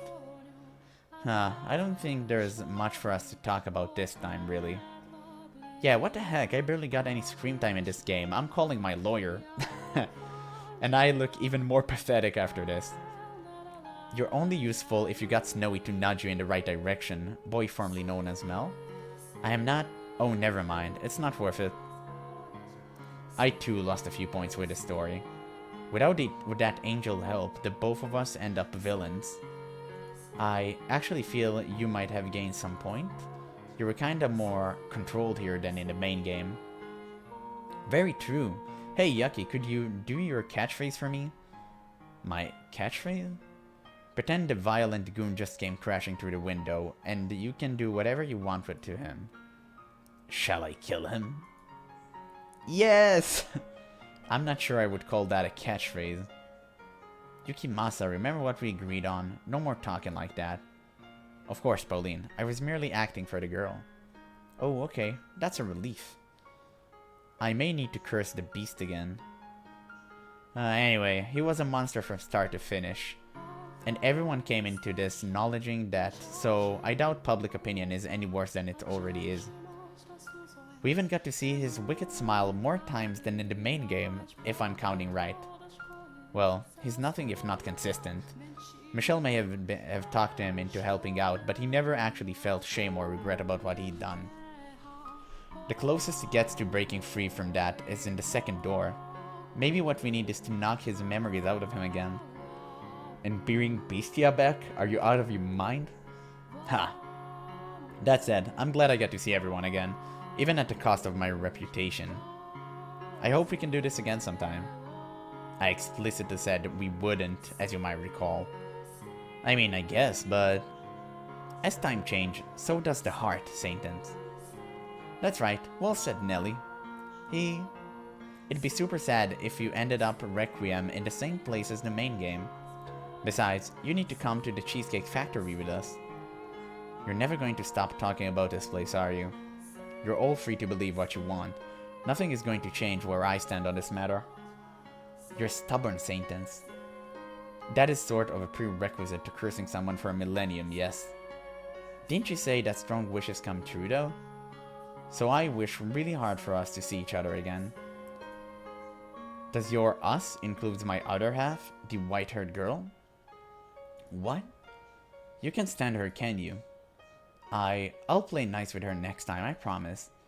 I'm not the girl I used to be. Not anymore. I see. Well, if by some impossibly remote chance you do run into her, be sure to apologize. I doubt she bears any ill will over it, though. That's a promise. I'll tell her I'm sorry and make up for what I did. Nellie's surprisingly well behaved with Morgana around, although she was completely destroyed, so no amount of wishing will ever bring her back. But I won't stop you from trying. Alright. Now, I think it's about time we wrap this up. It's dragged on far too long. It's not like we get to do this more than once a game, so I don't see a problem with taking it at a relaxed pace. There's a relaxed pace and there's running around like a bunch of chickens with your heads cut off. And you are firmly in the latter category. Now farewell everyone, until our souls cross again once more in the boundless spheres of fate. Bye bye, Saint, see you. I hope we get to meet again, eventually. You Saint, young saint, I pray your next life may be a peaceful one, and I swear I will never cause you more pain. Goodbye. Stop dawdling, you two. We're leaving. Huh. Right. Later, guys. It was great meeting you. So long, and see you again, perhaps. A fitting place to end, I suppose. This always was the story of the cursed mansion. Hey now, aren't you forgetting about someone? What? Oh, it's Emian, or Naomi. Sup? Hey, it's Mr. Mask. That's got to be your worst one yet, Jern. Oh, right, I forgot your story was included in this too. Come on, how are you just gonna forget one of the best stories in the game? Whew, no idea what he looks like, but he sounds hot. Emian is a woman. Oh, hey, both guys and gals can be hot. And I'd put my money down on me being a better man than every other damn guy in this game. I can't really argue with that. Who exactly is this anyway? Right back at you, buddy. Who are you? The hero. I have the strangest urge to kick those smug teeth in right now. And besides, wouldn't it make more sense for Michelle to be here to go over my part? You're 100% correct. Let's leave this worthless man behind and go visit him in the present. Stop right there. I'm not letting you go there after how hard I had to fight to bring you back. Fine, then I'll summon Michelle here. He's probably busy flirting with Giselle right about now. I'd feel terrible interrupting, so just let him be. I thought you wanted to see him. Oh, I'm not denying that. I'm just hoping our reunion can be under different circumstances. Next time I see him, I want to be such a hottie his eyes jump out of his skull, not this sad imitation of a zombie. Can you imagine the look on his face when you see what I look like? It's gonna be great. Michelle has grown enough that I'm sure he'll have no trouble being friends with you even after he learns you're not a man. Damn straight he will. I pick him better than that. God, he has a job, friends, and a girlfriend. How much more typically good guy can he get? Don't you dare insult Michelle. For God's sake, will everyone stop reading my mind? So, Emi, at the end of your story, was that like you're a boy inside thing? Nah, I'm a woman, through and through. Just pretend to be a guy for Michelle. I do swing both ways though. If we ever meet in another life, I'd love to take you out for drinks. Or anywhere else you'd like to go. Huh. She's trying to pick someone up she met 5 minutes ago. My heart skipped a beat. I'm getting serious Lady Oscar vibe from you, Emi. Ha. Well, I suppose we should talk a bit about Ascento Dale while we're here. That story was originally included in a preview pamphlet distributed before the main game was released, making it rather old. Oh, really? Okay, that's interesting. It was then reimagined into the game for inclusion of Requiem. Oh. The general beats of the story are the same in both versions, but there's more meat on this one. Plus, it makes my motivation a little clearer. Making it so you started out getting close to Michelle for a less than noble purpose, and then slowly warmed up to him, gave the ending a little more weight, I thought. And as a side note, Emian was also briefly referenced in the main game.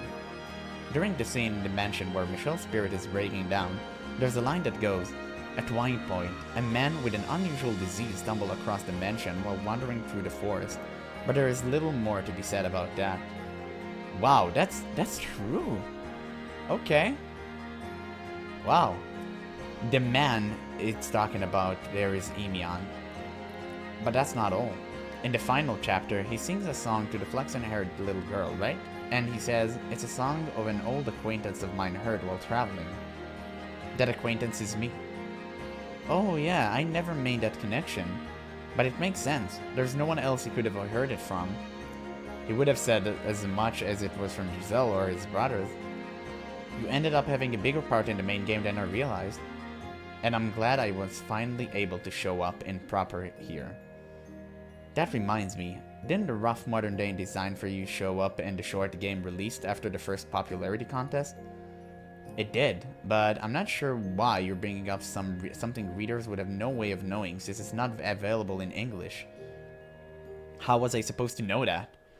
You were called out for the exact same thing a few scenes back. Anyway, sorry to disappoint anyone reading this who happens to have seen that design, but it's staying in the idea bin for now. When that game was released, the staff still hadn't settled on what Requiem would end up being.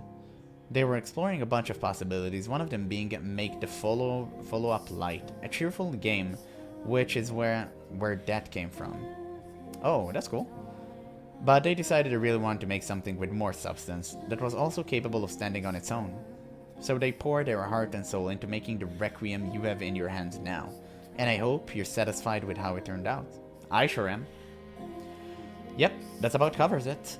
You know, ever since this backstage event started, you felt more like you're colluding with the author than the Lord. Don't think too hard about it. Now, to talk a bit about the game you actually got, the main theme of Center Dale was friendship. That's a thread common in most of the stories included in Requiem, in fact. Friendship, and how easily those bonds can break. Very sad stuff. My friendship with Michelle is fine and well, thank you. I just kicked the bucket a bit sooner than him.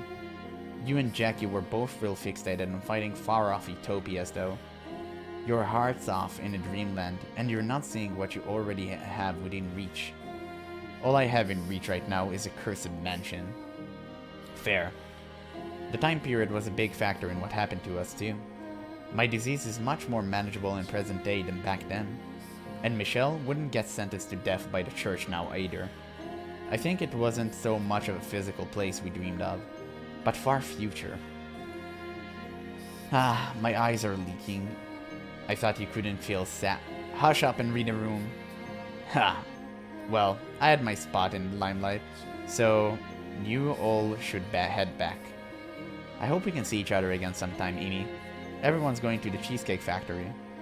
The what? It's a place where you can get all the cake in the world. Me and the other girl all decided we were going.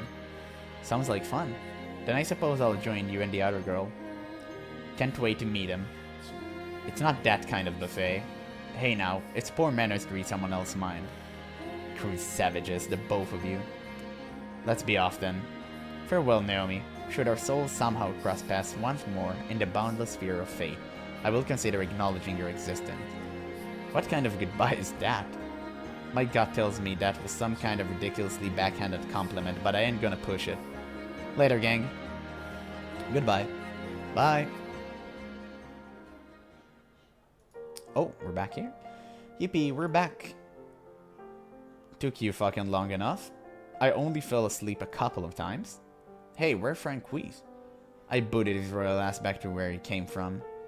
Can you imagine how absurd it would look for the three of us to just be chilling down here together waiting for you to come back? Phew. You had me scared there for a bit. I was worried I might not make it the cut for the final get-together either. Why wouldn't you? You're one of the gang. I just feel really fucking bad about what I did and don't think I deserve to be called that anymore. Oh, I didn't realize you were capable of feeling regret, Beefcake. You're the last person I want to hear anything about feelings from. Come on, Morgana. I'm staying right here. Get your little ass moving. I know you have complicated feelings about all of this, and that I have absolutely no right to make you do anything. But this was still our story, so we should be there. Fine. Hey, it's everyone together again. The gang's all back together, woo! And with this, our story is officially over. Thank you all so much for sticking around for it. Now, some parting words from our heroine, Morgs. What? It'd be weird for me to have the last word in your game. You can't expect me to come up with something on the spot. Okay, Jackie. Jackie can go first. Oh. Jackie can go first. You think about what you're going to say while he's talking. What? What am I supposed to say? Whatever. Just buck up and say something. To all of you out there reading this, I obviously have no idea what you think, how you feel about our story, our life. But I hope at least it was something that left an impression, that will stick with you. It sure have. It sure have.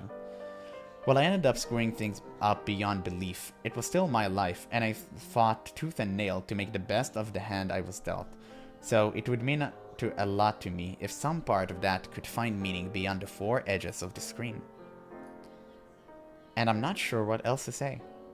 Well, sincerely, I sincerely appreciate you sticking around this long. Thank you. That's it for me. Nice. You're up, Morgs. Very well. Looking back, this series has been active in some form or another for quite a number of years. Whether you've been following along since the beginning or only recently discovered Fata Morgana, oh, that applies to me, I offer unto you my blessings. Farewell, until we meet again. Okie dokie, everyone. Give me your biggest smile. Bye. Damn, the backstage was really good. I liked it. Thank you so very much for playing our game. As the author, I would not normally make any sort of comment within the game itself, but with this being a side story, a bonus of sorts, I'd like to bend the rules a bit and extend my gratitude to you directly.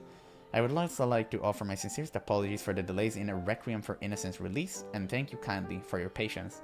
Oh, so this game was delayed? I mean, obviously I'm playing it like 6 years after its release, so... Yeah, TL. Note, the lock team did not consume enough caffeine to keep their deadline and have been locked up to take the time to reflect on their mistakes. Requiem is a deeply unpleasant and painful story, but I tried to sprinkle little morsels of hope throughout it.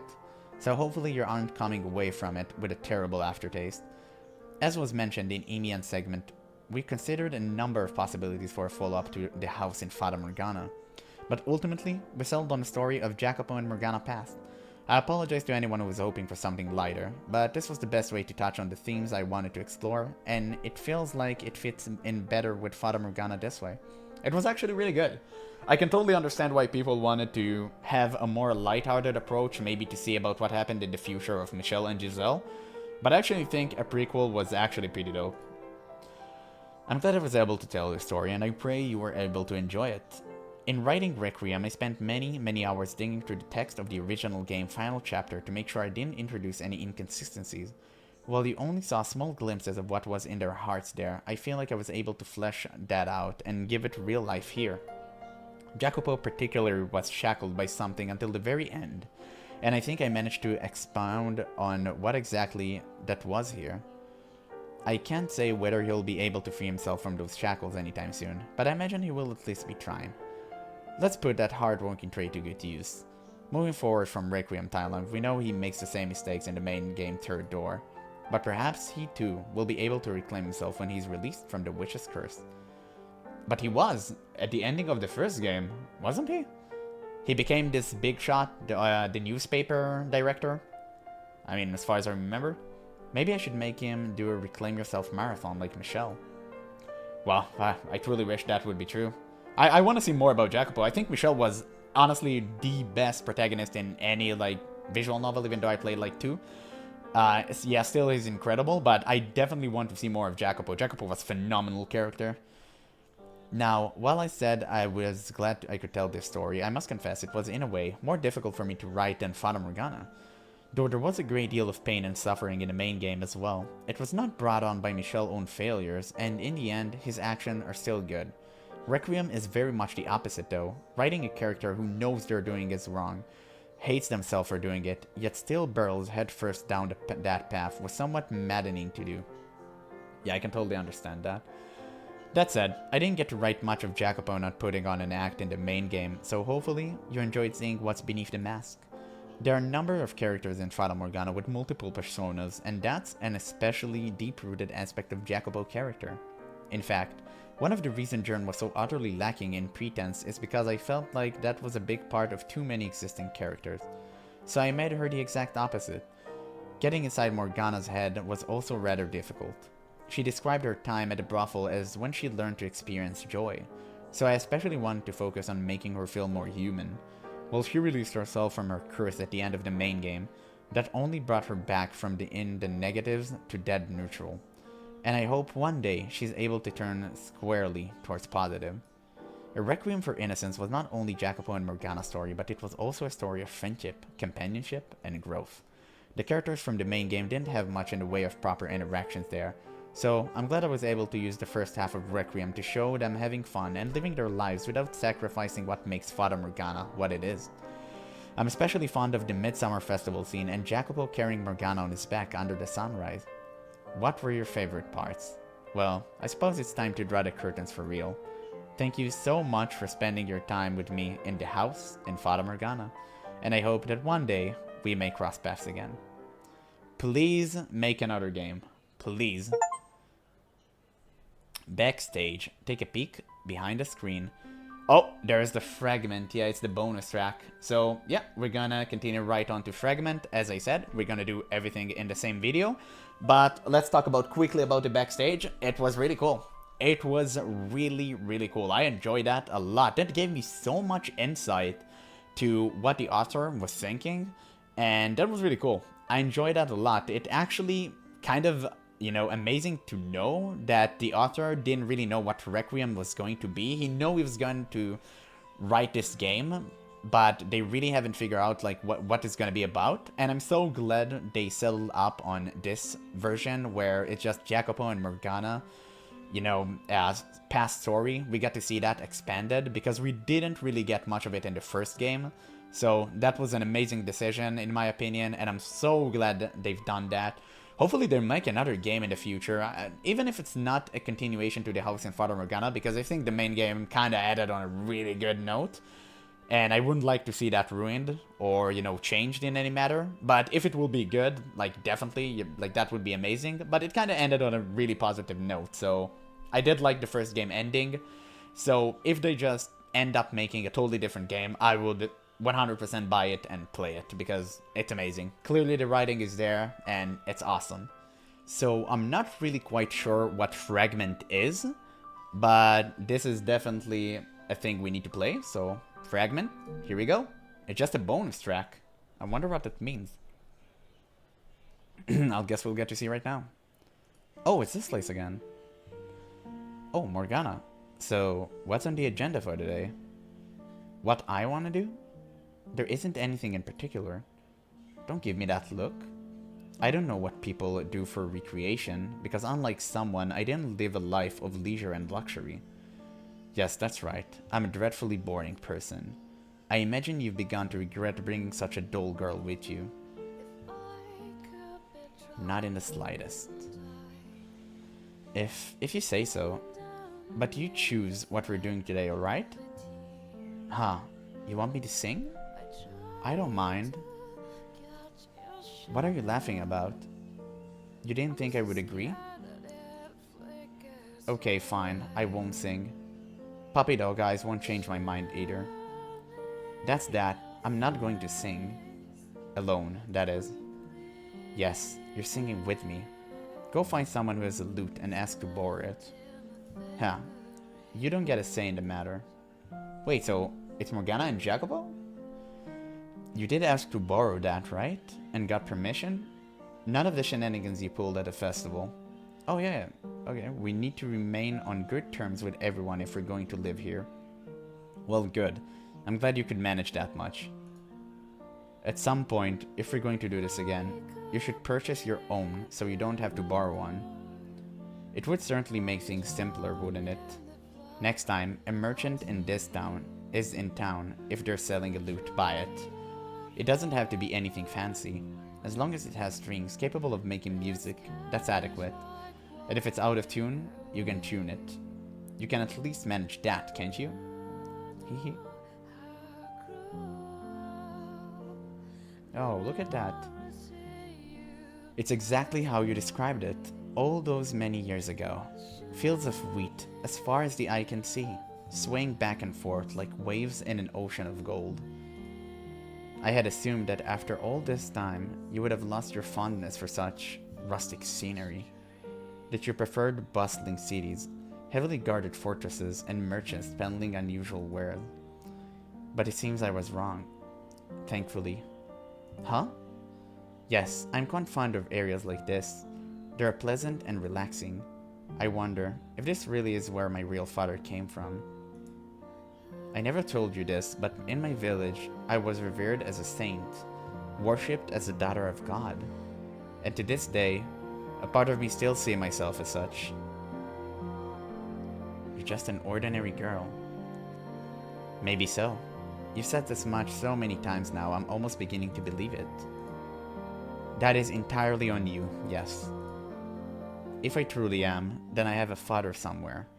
One night, I overheard my mother muttering something. At the time, I assumed it was just a dream, but if what she said was true, my father was a mere vagrant. A man whose face I never once saw, whose name I never heard. Would you like to meet him? Frankly, I'm not sure. I wouldn't know what to say even if I did. He might not even know I exist. It didn't sound like he had any interest in staying with my mother, which does not spark particularly well of his character. If he had chosen to stay instead of abandoning her, then she wouldn't have to lie about having a virgin birth. Maybe we could have been normal family. Oh. And the entire course of my life could have been different. What? Why is that your first reaction? You're not going to hunt him down and give him a piece of your mind, no. Any form of violence is forbidden, not even if it's for my sake. Too many people have been hurt already. Which isn't to say I don't understand what you meant. When you said the world would trample all over you if you didn't have the strength to fight back. As children, we were both helpless to fight back against a cruel world. But I stand by what I said. No more. I once believed you to be a weak man, but I've realized I was mistaken. I now know you have more than enough strength. Enough to take the lives of countless men. Some part of me always knew. But that's all the more reason. I don't want you to hurt anyone else ever again. To take any more lives. Alright, I won't. You swear it? I will have no choice but to deem you utterly irredeemable if you break that promise, understood? What? No, that doesn't mean I think you presently have redeeming qualities. Have you lost your mind? Honestly, this is not a time for silly do you like me games. Don't tell me you're waiting for an answer, because you're never getting one. What? Fine, if you want to know why I think so badly. No, I don't much care for you. Okay. Oh, yes. So, I was wondering. Other towns celebrate Midsummer as well, yes? I see. So it's a fairly standard summertime tradition. Huh? If you ask me to go, I would not object. What? Yes, I'm not particularly fond of the commotion, but it's a unique experience. There were no such festivals in the village where I was born. It was so small, there was a little in the way of entertainment to speak of. Perhaps I was their entertainment. A real saint appearing would indeed be cause for celebration. Life in the Lord's custody was miserable, but I'm not sure it would have been much different had I stayed. Maybe. Getting out was ultimately better for me. It was hardly all good times by any stretch of the imagination, but it did allow me to experience a more formal world. Oh, there you go again. I've long since tired of having you go on about ambitions. Yes, I know. My definition of normal is too impoverished for you. I've heard it a dozen times now. But this is what I know. So climb down off your high horse and adjust. I'm not so accommodating a girl to unconditionally support you in your endless endeavors to climb up and up and up. In fact, I intend to kick you back down anytime you start trying. So keep yourself in check. I used to think I didn't have any right to interfere with your dreams. But now, I'll be doing everything in my power to stand in your way. Keep that in mind. Hehe. Then I'll just have to find a new dream. Nah, I don't want to say that. Oh wait, I clicked it? Excuse me, so you're going to look for a different way to be a fool then? Did you hear a single word I said? Every single one, yes. Should I click it? Or could I avoid it? Okay. Guess. Sure. Why do I even bother? So what menace is brewing in that hollow skull of yours? I'm going to win your heart. Oh, okay. That worked out. That was even worse than I imagined. You're possibly the world's biggest fool.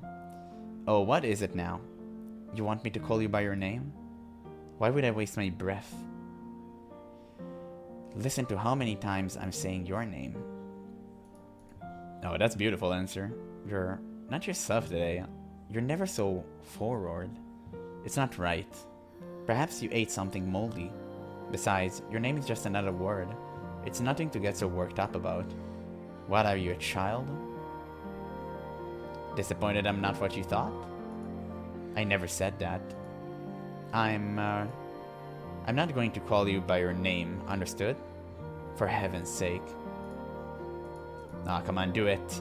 Let's change the subject. The way you're silently staring at me is making my skin crawl. So, the lute. I would like you to teach me how to play the lute. Why? Is there something wrong with me wanting to know how to play? I suppose it is. Unusual, perhaps. I never had the chance to learn much of anything, though.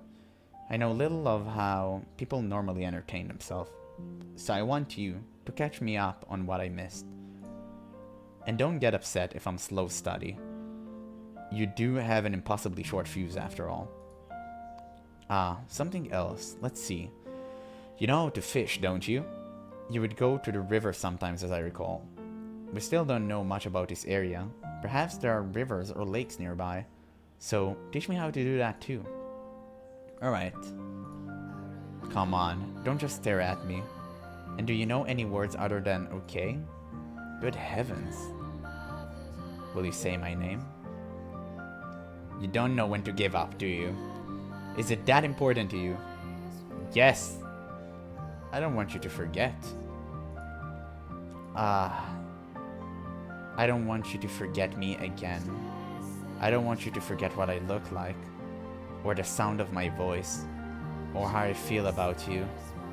I don't want you to forget what we talked about, what kind of man I was, or all the time we shared together. Please, don't forget me. Say it, please. Why would you ask that of me now, right as I was... If I had remembered, would anything have been any different? Could we have not ended up so far down the wrong path? If I had gone and found you, would that have stopped you from becoming what you did? No, forget it. It's not worth thinking about. It does, Morgana. Don't say it. Can I hold your hand? Pardon? You don't need to ask for permission for every little thing. You've always been like that. Always ask permission or had me initiate any kind of physical contact. Except when you would put that ointment on my face, that is. Even that morning when you carried me home, you would have just picked me up. You made me climb onto your back. Because I promised I wouldn't touch you without permission. You actually kept that ancient promise for all those years. Is there no end to your stupidity? I swear. Someone needs to come up with a new word to describe you. Do as you please. Look at you, a grown man shaken like a fawn. Sometimes I can't tell if you have a heart of stone or of glass. Oh man, that sounds so beautiful. Though I suppose I'm not terribly different in that regard. Unable to even speak my heart unless there's no one else around. Unable to face you except through this childish fantasy.